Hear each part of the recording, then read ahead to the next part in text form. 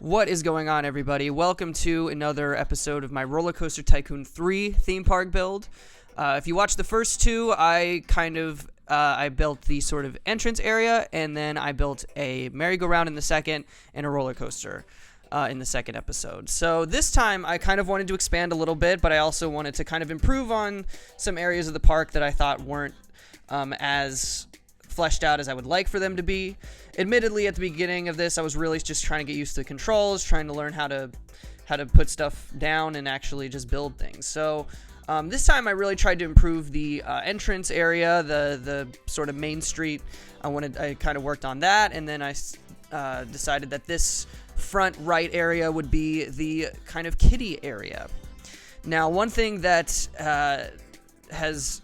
one thing about this series is that up until this episode, this park has remained nameless, mainly because I just couldn't come up with a good name that I thought would work. But I finally came up with a name that I'm pretty happy with. This park will be called Greenside Amusements, and I really want to kind of lean into the carnival themed thing. You know, there's going to be a lot of games, a lot of, smaller carnival rides, and that's the kind of vibe I'm going for in this episode. Whether or not I'm able to do it, we'll find out. But yeah, so this theme park's going to be very much a carnival-themed park.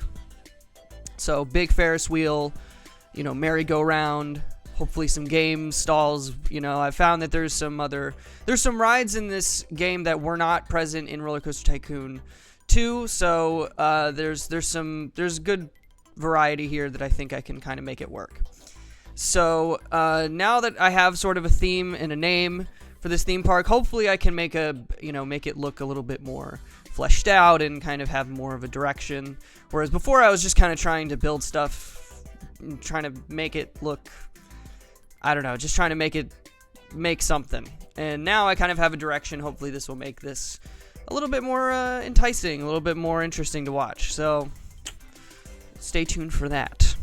Now, one of the first things I wanted to do was kind of fix this entrance area. While these buildings aren't horrendously bad, I kind of wanted to turn this into a main street, just because it's, it looks kind of drab at first, and it just doesn't look the way that I want it to. I wanted to build like a main street with sort of a facade on the front, and, make it look like a real theme park, because this is kind of more what you would see if you went to a real theme park, is the sort of main street area with these big front facades that are really, like I said, they're facades, so, it's only the front that's decorated, and then the back side is just, like for storage or whatever. And that's kind of what I tried to convey in this. So that's what I did here. I kind of tried to stick with this wooden theme with with the wooden walls, and then, the theme park colors are still going to be purple and blue, and just trying to kind of mix in red, red and yellow and green and what have you.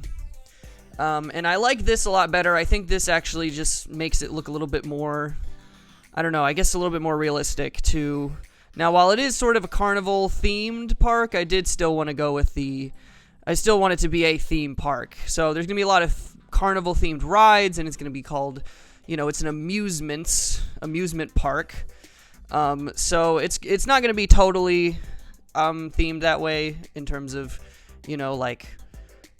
tents and temporary rides and stuff like that. But, there's still going to be a lot of roller coasters and still a lot of, things like that. So hopefully that makes sense. That's the sort of the vision I have in my mind right now. If it doesn't make sense, leave that in the comments below. No, kidding. However, I really just wanted to, this did take a lot of time, I'm not gonna lie. This was definitely the longest part. I wanted to just kind of make sure this was all fleshed out, and like I said, so because only the front's decorated, that does make my life a lot easier, because these buildings typically only decorate the front of them, and then the backside is for storage or for like maintenance stuff, whatever. And that's why I actually built a pathway going around the back of the building, because a little maintenance area wouldn't be out of place on a building like this. And I couldn't do exactly what I wanted here, just because of the limits of the game. There's no open RCT3 as far as I know. But yeah, so I kind of had to deal with the clearance limits and stuff. So this was about the best I could do. I think if I put some trees in front of it and some rides in front of that, I think that'll look appropriate. So now that that's pretty much done, I went ahead and moved over to this right side of the park, and this was kind of, I designated as like the sort of kids fun time area. You know, there's some bumper cars, there's a Ferris wheel, there is a, I went ahead and built a slide and some other rides and stuff. So this little small area is going to be a little kids area next to the merry-go-round, and yeah, so the other part I really want to do is flesh out the foliage and the terrain and all that stuff, just to make it look a little bit more full. So I've got a couple of rides here, just some kiddie rides, and this is one, the rocking boat is not something that's in the first game, or the second game, I should say. There's that ride actually doesn't, unless, I mean, there's probably a custom version of it, but in the base game, that ride does not exist. So that was actually kind of cool to find that, and that's actually perfect for this. It actually fits perfectly into this little area, and then I just kind of did a lot of foliage. So that was something I really tried to do, was after I kind of fixed that front area, I really wanted to just make this park look a little bit more full, add a little more details, stuff like that. So this roller coaster is, I built it last episode. I just didn't really flesh it out. I didn't make it look I just kind of, I built it and then abandoned it and did something else. But now that I can finally, now that I have, I fixed some of the areas of concern, now I can kind of go back and kind of flesh this one out too. So that's what I did. I mean, really all I did was kind of paint the terrain, add some dirt and rocks and stuff, and then put in some foliage, some trees and some bushes. And man, that day-night cycle, that's something that's really tough to deal with. As much as I love this, the way this game looks, is that day-night cycle is tough to deal with in sandbox mode. Just makes it tough to see. But that's going to be pretty much it for this episode. If you liked it, make sure to subscribe for more content like this.